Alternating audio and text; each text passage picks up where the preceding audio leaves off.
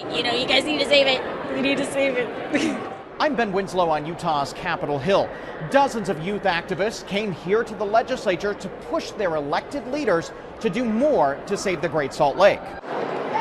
Members of the Youth Coalition for Great Salt Lake took time off of school and fanned out across the Capitol building.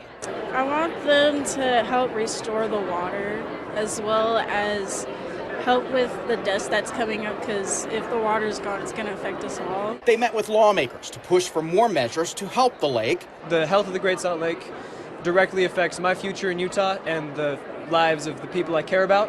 So I'm going to do everything that I can to try to convince my legislators to get water to the lake. The teens are among many pressing for more action, even as the House Speaker has put a pause on major water legislation to evaluate what's working and what isn't. It is not the time to take a step back. The Great Salt Lake hit a record low in 2022, setting off alarm bells among the public and Utah's political leaders.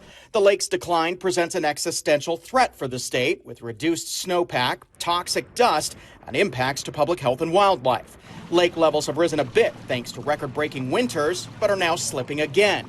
The Speaker's pause doesn't mean there aren't water conservation bills still making their way through the legislature. There's bills raising water rates designed to force conservation, turf restrictions, and a funding request for more monitoring of Great Salt Lake dust. We're asking for $6 million, which will help with dust mitigation, a huge thing. It will help with the berm management. It will encourage or allow for some continued studies of the ecosystem. Representative Jill Koford is running a Great Salt Lake bill. It encourages some coordination between the commissioner and some of our water users to make sure that we're getting water to the lake. The students who've studied the bills say there are some they really like and want to see passed. Increasing funding for agricultural optimization to see what works, and to provide funding for farmers for optimization. And I think that's really important because that's where a lot of the water for Great Salt Lake is going.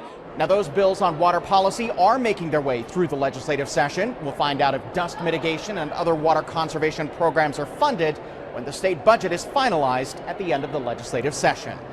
On the Hill, Ben Winslow, Fox 13 News, Utah.